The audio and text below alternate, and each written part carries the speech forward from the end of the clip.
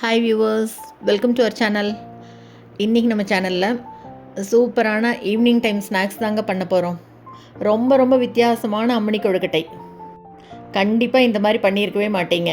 அரசாணிக்காய் வச்சு, அதாவது சிவப்பு பூசணிக்காய், இதை வச்சு சூப்பரான அம்மணி கொழுக்கட்டை பண்ண போகிறோம்.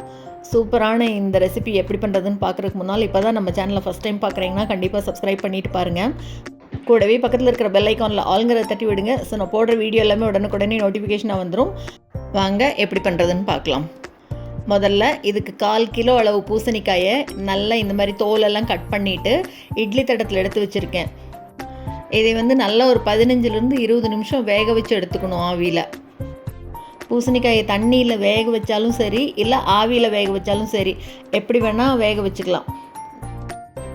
ஒரு 15 நிமிஷம் நல்லா விட்டுட்டு அதுக்கப்புறம் அடுப்பை ஆஃப் பண்ணிவிட்டு கொஞ்சம் ஆறுனதுக்கப்புறம் திறந்து பார்க்கலாம். அப்படியே ஒரு ஃபோர்க்கோ இல்லைன்னா குச்சியோ எடுத்து குத்தி பார்க்கலாம். நல்லா வெந்திருக்கு பாருங்கள், சூப்பராக சாஃப்டாக வந்திருக்கு பாருங்கள். இந்த அளவுக்கு வேகணும். இப்போ இதை ஆற விட்டுட்டு எல்லாத்தையும் ஒரு மிக்ஸி ஜாருக்கு சேர்த்திக்கலாம். எல்லாத்தையும் மிக்ஸி ஜாருக்கு சேர்த்திட்டு தண்ணி எதுவும் சேர்த்தாமல் நல்லா பாருங்கள், நைஸாக இந்த அளவு அரைச்சி எடுத்துக்கணும் விழுதா. இப்போ ஒரு பேனில் இந்த அரைச்ச விழுதை சேர்த்துக்கலாம். முதல்ல அந்த அரைச்ச விழுதை மட்டும் அப்படியே சேர்த்திட்டு இப்போ இதுக்கு 1/2 கப் அளவு தண்ணி சேர்த்துக்கலாம். அரைச்ச விழுது 1 கப் இருந்தது, அதுக்கு 1/2 கப் அளவு தண்ணி சேர்த்துக்கிறேன். இப்போ இது கூடவே 1 டேபிள் ஸ்பூன் அளவுக்கு எண்ணெய் சேர்த்துக்கலாம். எண்ணெய் சேர்த்துட்டு இது மேலேயே 1 கப் அளவு அரிசி மாவு சேர்த்துட்டு இதுக்கு தேவையான அளவு உப்பு சேர்த்துக்கலாம். இப்போ அடுப்பை சிம்மில் வச்சுட்டு இதை நல்லா அப்படியே கிளறி விடணும். நம்ம சாதாரணமாக அரிசி மாவில் எப்போவுமே அம்மணி கொழுக்கட்டை பண்ணுவோம் தானே, அதே மாதிரி தான் எண்ணெயும் உப்பும் சேர்த்துக்கணும் இதுக்கு. இப்போ நல்லா ஒரு தடவை கலந்து விட்டுட்டு 2 டேபிள் ஸ்பூன் அளவுக்கு நல்லா ஃப்ரெஷ்ஷாக துருவின தேங்காயை சேர்த்து நல்லா கலந்துக்கலாம். நல்லா அப்படியே ஃபுல்லாக கலக்கும்போது சுருண்டு பந்து மாதிரி வரணும், அப்படியே கையில் ஒட்டாமல் வரணும், அந்த அளவுக்கு கலந்து விட்டுக்கணும். அரசாணிக்காயை அரைக்கும்போது தண்ணி விட்டெல்லாம் அரைச்சிட வேண்டாம். அந்த நல்லா வெந்திருக்கிற பதத்துக்கே நல்லா அரைச்சோம்னா நைஸாக வந்துடும். பாருங்கள், நல்லா இந்த அளவு வானிலையில் ஒட்டாமல் வரும்போது அடுப்பை ஆஃப் பண்ணிவிட்டு ஒரு 2 நிமிஷத்துக்கு ஆற விட்டுடலாம். கை பொறுக்கிற சூடு வரட்டும். சூப்பராக அப்படியே கையில் ஒட்டாமல் வருது பாருங்கள். இப்போ இதிலிருந்து சின்னதாக மாவு எடுத்து அப்படியே உருண்டை பண்ணணும். கையில் லேசாக எண்ணெய் தொடச்சிட்டு எடுத்து உருண்டை பண்ணோம்னா கையில் ஒட்டாமல் நல்லா வரும். இப்போ எல்லாத்தையும் அப்படியே உருண்டை பண்ணி இட்லி தட்டத்தில் வச்சு ஆவியில் வேக வச்சு எடுக்கணும். மூடி வச்சிடலாம். ஒரு 10 நிமிஷத்துக்கு அப்படியே இருக்கட்டும். இப்போ 10 நிமிஷம் கழித்து அடுப்பை ஆஃப் பண்ணிவிட்டு கொஞ்சம் ஆறுனதுக்கப்புறமா அப்படியே திறந்து பார்க்கலாம். ஒரு பணியார குச்சியோ இல்லைன்னா கத்தியோ வச்சு அப்படியே குத்தி பார்த்தோம்னா பாருங்கள், அப்படியே ஒட்டாமல் வரணும். இந்த மாதிரி வந்திருந்தால் நல்லா வெந்திருக்குன்னு அர்த்தம்.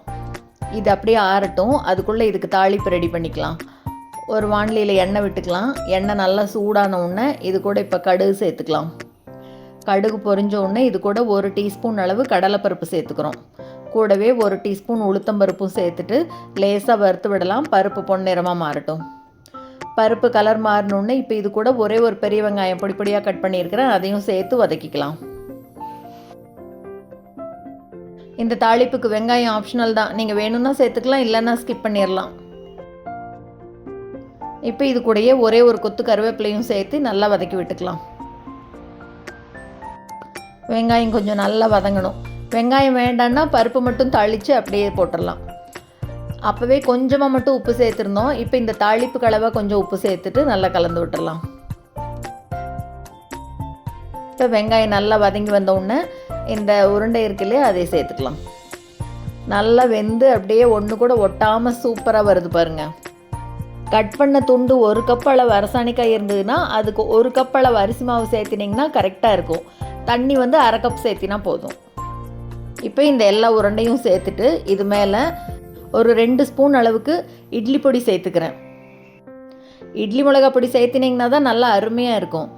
இது மேலேயே அப்படியே 1 டேபிள் ஸ்பூன் அளவுக்கு நல்லா ஃப்ரெஷ்ஷாக துருவின தேங்காயும் சேர்த்து நல்லா அப்படி கலந்து விட்டுறணும். இந்த உருண்டை உடையாமல் மெதுவாக அப்படி கலந்து விடணும். மெதுவாக அப்படி கலந்து விட்டுட்டு நல்லா போட்டு ஒரு தடவை குலுக்கி விட்டுடலாம். நல்லா எல்லாம் மிக்ஸ் ஆகிக்கும்.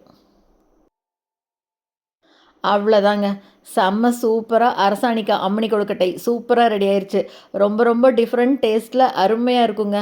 சூப்பரான இந்த ஈவினிங் டைம் ஸ்நாக்ஸை நீங்களும் செஞ்சு பார்த்துட்டு மறக்காமல் கமெண்ட்டில் சொல்லுங்கள். இந்த வீடியோ உங்களுக்கு பிடிச்சிருந்ததுன்னா லைக் பண்ணுங்கள், ஷேர் பண்ணுங்கள், கமெண்ட் பண்ணுங்கள். மறக்காமல் நம்ம சேனலை சப்ஸ்கிரைப் பண்ணுங்கள். கூடவே பக்கத்தில் இருக்கிற பெல் ஐக்கானில் ஆல்ங்கிறத தட்டி விடுங்க. ஸோ நான் போடுற வீடியோ எதுவுமே மிஸ் பண்ணாமல் பார்க்கலாம். தேங்க்ஸ் ஃபார் வாட்சிங்.